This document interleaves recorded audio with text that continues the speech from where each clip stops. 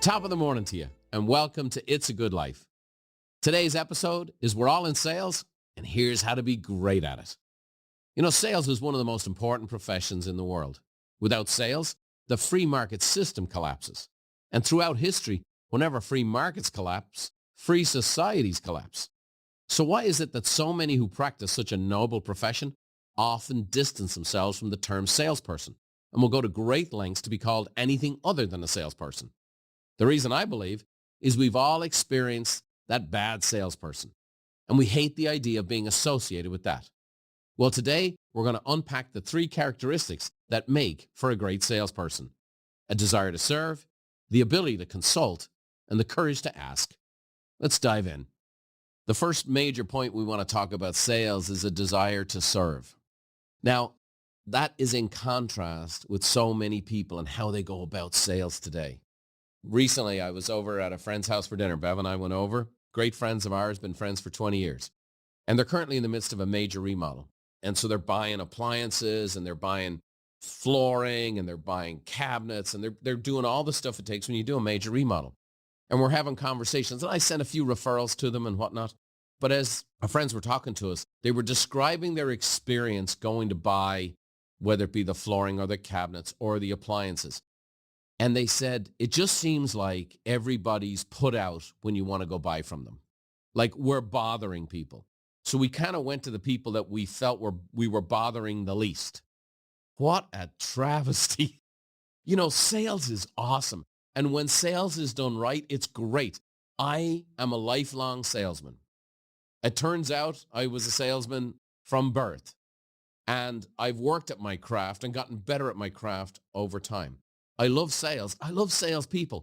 I love being sold to. I love to buy from a great salesperson. I hate buying, and I won't buy from a bad salesperson, a transactional salesperson. And that's why the desire to serve is so important. The first thing I want to say about a desire to serve, it's all about your motivation. Let me say this. When somebody's just being transactional, you can spot it a mile away. You can just sense it. Like I had an experience recently myself. I was looking at a major purchase, almost a $10 million purchase. And I went to meet with this person with my bride. This person had done no homework on us. They didn't know the first thing about us. I'm easy to find. They didn't ask any questions. They didn't ask my bride any questions. They just pitched what they had. They didn't ask what we were looking for. And we just walked through this process, and it was purely transactional. So when the person finally asked for the order, there was nowhere to go.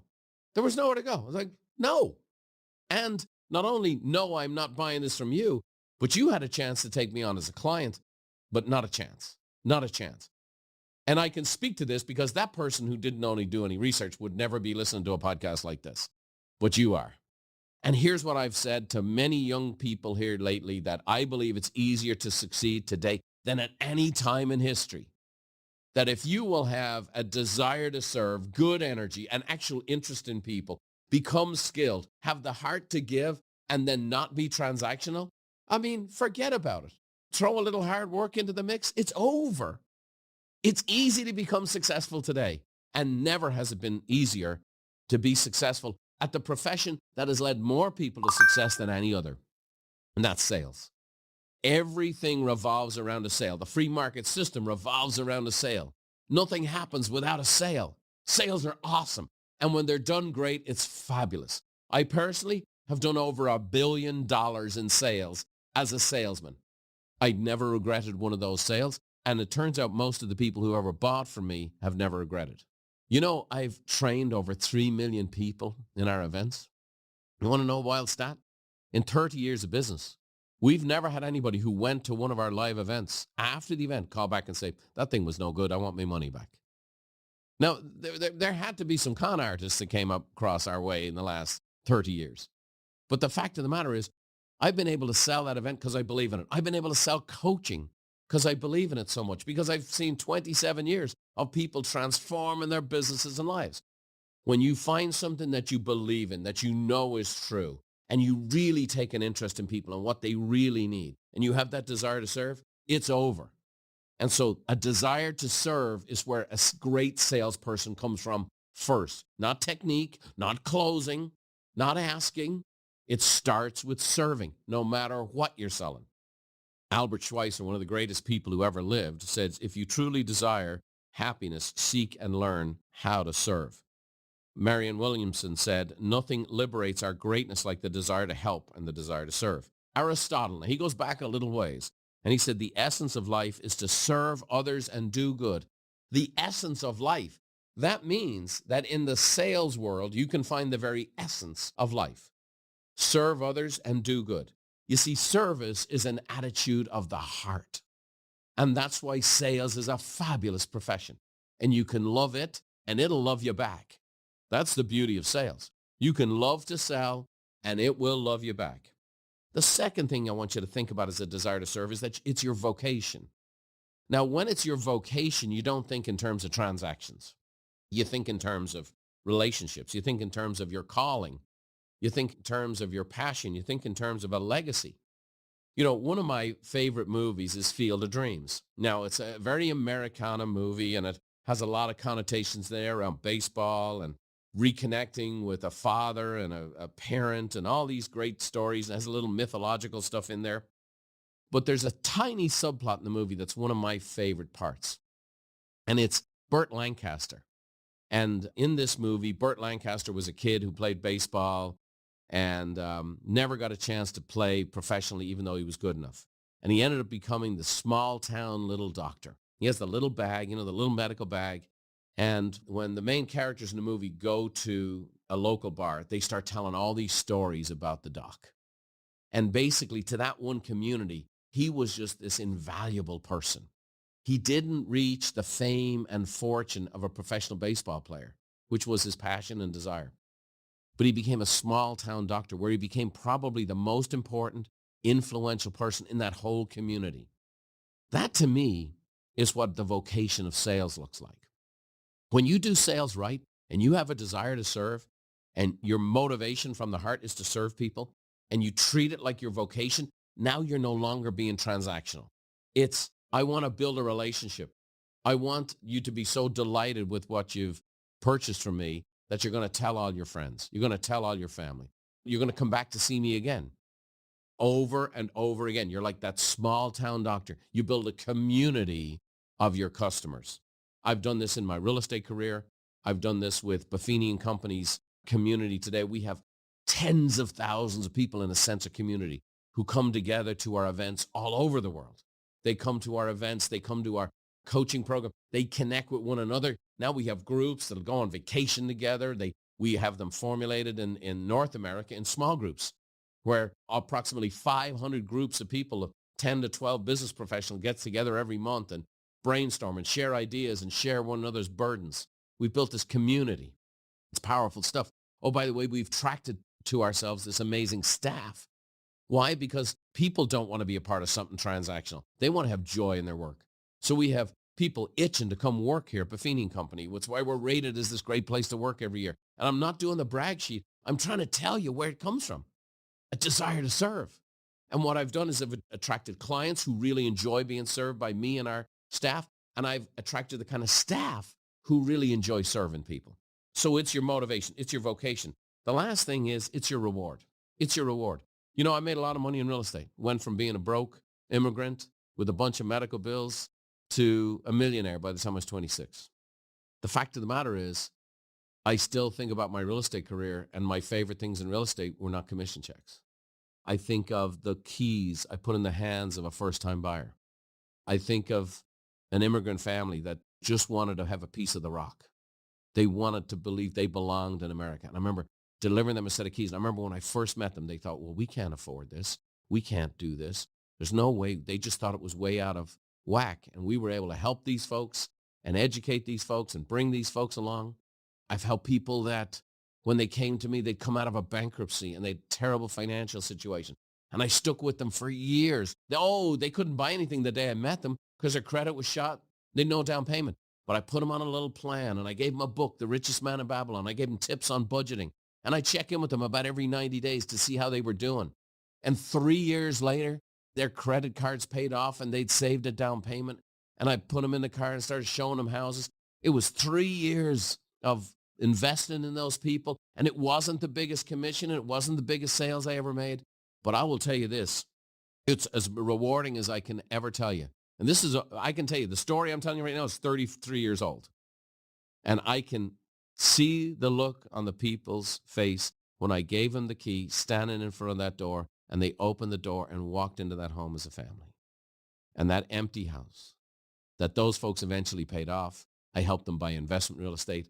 And before I sold my real estate practice, I helped their son buy a house. That is far more rewarding. I can't tell you how much I made, but I can tell you what I got paid. And a great salesperson, man, you get paid in more than money. Yes, I became a millionaire. Yes, I made a fortune, but I made a fortune blessing people. It's the motivation. It's the vocation. And it's ultimately, it's your reward. Jim Rohn says, whoever renders service to many puts himself in line for greatness. John Ruskin said, the highest reward for a person's toil is not what they get for it, but what they become by it. Brilliant stuff. So it's a desire to serve. It's your motivation. It's your vocation. It's your reward. Here's the second major point about being a great salesperson. It's the ability to consult. So I'm coming from a position of service, and now I'm going to consult. And how do I do that? Well, I'm going to ask great questions. And so first thing I want to do is isolate the problem. When you're a salesperson, you're trying to solve somebody's problem. You're trying to solve somebody's problem.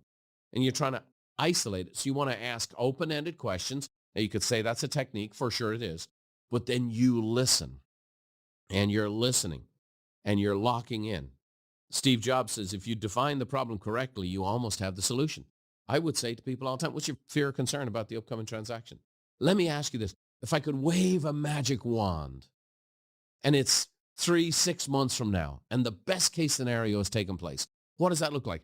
Why are salespeople afraid to say that? Why sometimes people have unrealistic expectations. Okay, I'm happy to educate those. But how about I ask for their best? How about I let them dream a little bit? Maybe it's okay. In real estate, it was like, maybe this is your second house you're talking about or your third house. Hey, okay, if that's where you ultimately want to go, how can I help you get there? And so it's powerful stuff. You don't fix the problem until you define it, and you have to define the problem. That's a very, very powerful thought. The second thing you want to do is in your ability to consult is you want to sort between fears, needs, and wants. Fears, needs, and wants. A fear is an unpleasant emotion caused by the anticipation of pain, difficulty, or danger. One of the questions I asked, and again, my background was sales and real estate. Now, obviously, I'm 27 years in the coaching and training business, but I had a career in real estate, and I would ask people, what's your biggest fear or concern about the upcoming transaction? I would ask them, have you ever had a bad experience with the real estate agent? I would just write down exactly what they said, and they would tell me how to serve them. They would tell me, no, well, he didn't listen to us. We felt rushed. We just felt he was all about the commission, and he didn't really hear us. When we had a problem, we couldn't get him back on the phone. After he listed our home, he kind of disappeared and didn't show up until he tried to reduce our price. Okay, I'm hearing you. And so I'm going to listen to that stuff, okay? Or my fear might be, I'm going to get a bad deal. We're going to spend too much on this house. Or I'm going to buy a house that needs way too much repairs. Okay, great. So that's the fear. The next thing is, what's the want? The want is to feel a desire or to possess or do. It's a desire for something, okay? This is when you start to get into the emotions. And again, in the housing business, it's really easy. Like someone will go, look, I grew up in a house with a big backyard, and we had orange and lemon trees. And so now I'm showing them condos. And this person just feels a little out of sorts. And we start to walk through the process and work through the process. Now, either they're going to have to change their location because to get, citrus trees where they're trying to look, they need to have more money than maybe they have. So are you willing to change location? No, I'm not willing to change location. Okay. Well, then how about this? How about we make this in such a way that you make this a really good investment? We think in terms of 5 years, and in 5 years, you parlay this into the house you really want in the location you really want. Okay? And so that's okay. And sometimes when people know there's a plan, okay, I'm willing to wait. And then you need to know what the need is. Okay? And a need is the essential or important things. I need my kids to be in a good school. All right? That's a big need. I need to have a shorter commute to work. I need to be near the ocean. All these kinds of things. What are the needs? Those are the kinds of things. So it's fears, wants, and needs. And you have to sort between those things. And you got to consult along the way. Sweetie, some more friends are... Here? We're here for Kylie's 10th birthday. It's a special day. Wow, her friends are so colorful and furry. Kylie's in that magic window between 9 and 13 when she's forming opinions about alcohol. 10 is still the perfect time to show your strong disapproval of underage drinking, so she grows up with a healthy brain and avoids problems in the future. Makes sense. Are you part of the Muppets? Unaffiliated. Learn more about the magic window at parentsempowered.org.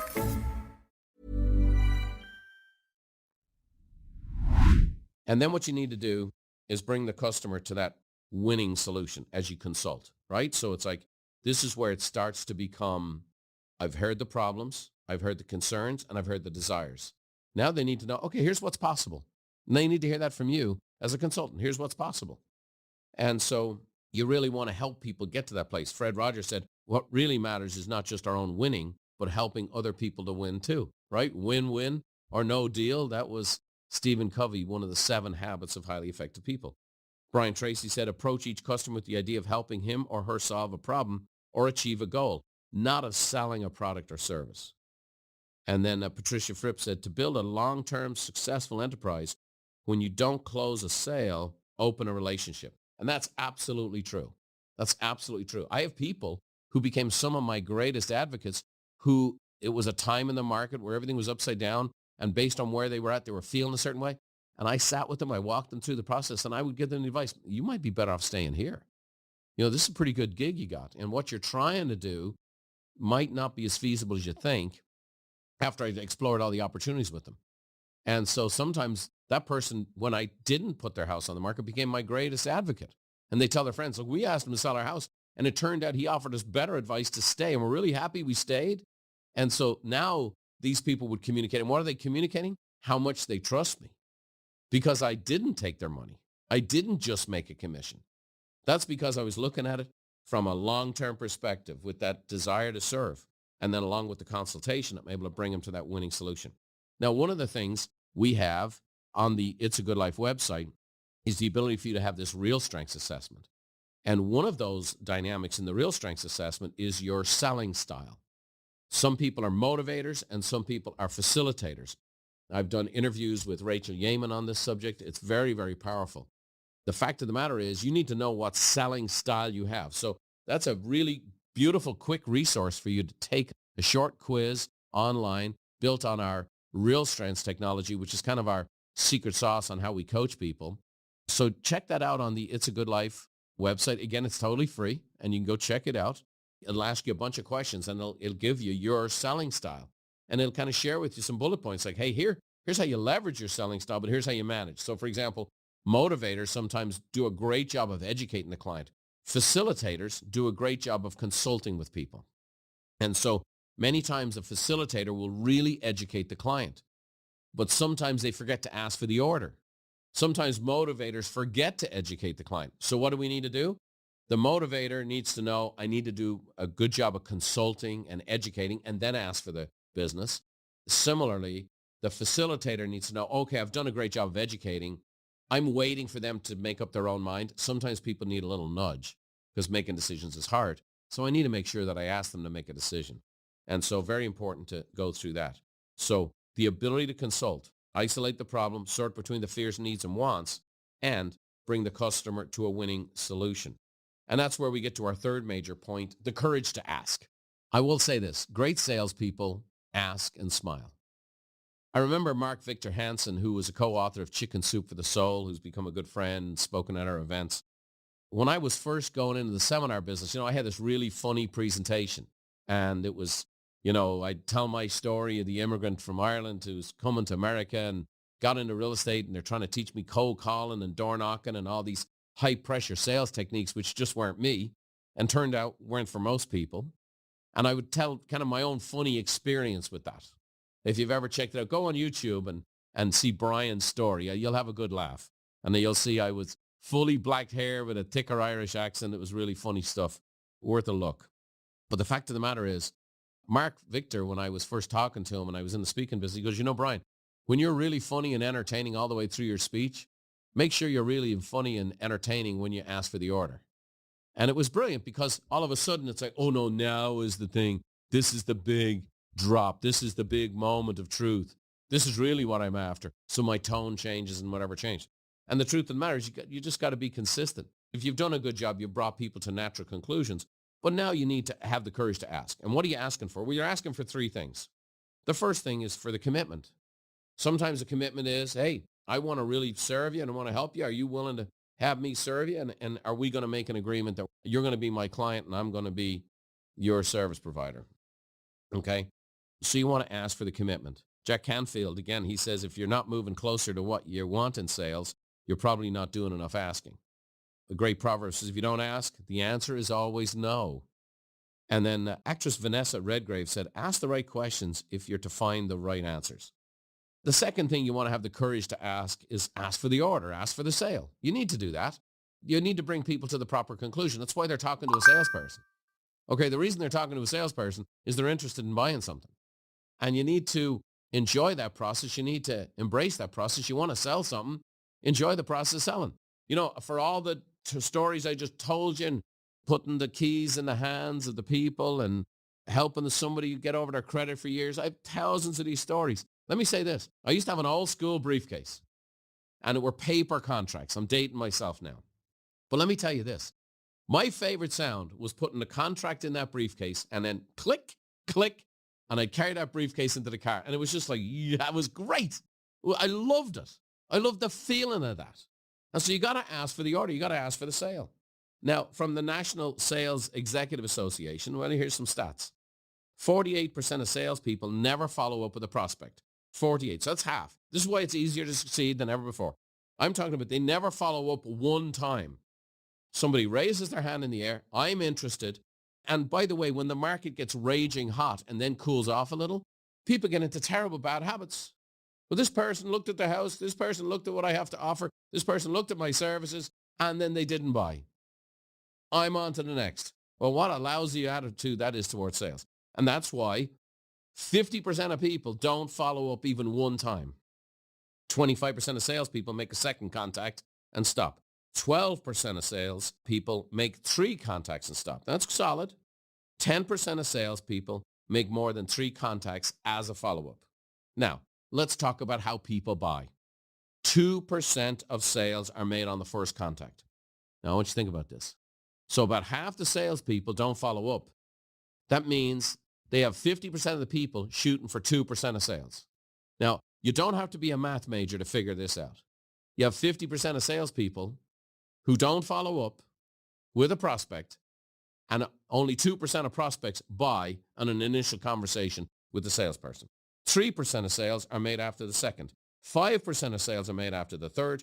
10% of sales are made after the fourth. 80% of sales are made on the 5th to 12th contact. 80%. Now, I will say the more expensive a product and service that you sell, the more likely it is it requires that many follow-ups. So you just got to keep following up and be respectful and be courteous and do it in a service-oriented way. But understand the people, the bigger the decision, they need a bit more time making the decision. 80% of the sales are made after the 5th contact. And that's why I tell people all the time, I tell my kids all the time, I tell my family all the time, I tell young people all the time, it's easier to succeed than ever before. Why? Because half the people don't even bother following up one time. So if you have a desire to serve and the ability to consult and the courage to ask, you're going to crush it. You're going to be a great salesperson. You're going to be able to sell and smile. Smile because you enjoy it. Smile because you're serving. And smile because you're making a boatload of money. All good reasons to smile. The last thing and most important thing to ask for and the courage to ask is ask for the referral. Now, I've made my fortune asking for referrals. I've made my fortune teaching people how to generate referrals. I built one of the most successful podcasts. And here's the thing. I'm not an Instagram guy. We have Instagram stuff, but I'm not an influencer. I'm an old school sales guy. We built this podcast and we've had 20 million downloads of this podcast. And the vast majority of it has been done because you who like this podcast, share it with a friend. And we've asked you, hey, if you like this podcast, if this was a good episode, can you share it with a friend? And that's what I'll ask you to do today. If you really like this stuff, share it with a friend. So I'm going to ask you for the referral. Mark Zuckerberg, right? Mr. Meta, Mr. Facebook said a trusted referral is the holy grail of advertising. Percy Ross, famous entrepreneur, said, "You've got to ask. Asking, in my opinion, is the world's most powerful and neglected secret to success and happiness." Zig Ziglar said, "If people like you, they'll listen to you. But if they trust you, they'll do business with you." The great Therese Buffini, she used to say, "A dumb priest never gets a parish." What she mean by that? If you don't ask, you don't get. And so what happens is we've got a desire to serve. We have consulted. We've earned the right to ask. And then if people are ready, they're ready. And if they're not, you keep serving. And you keep serving. And then they're either your cup of tea or you're their cup of tea or you're not. But we're going to keep following up. We're going to keep being respectful. And so that's what I'm going to encourage you to do. I love sales. I love great salespeople. I love buying from a great salesperson. I remember one time I was on the road.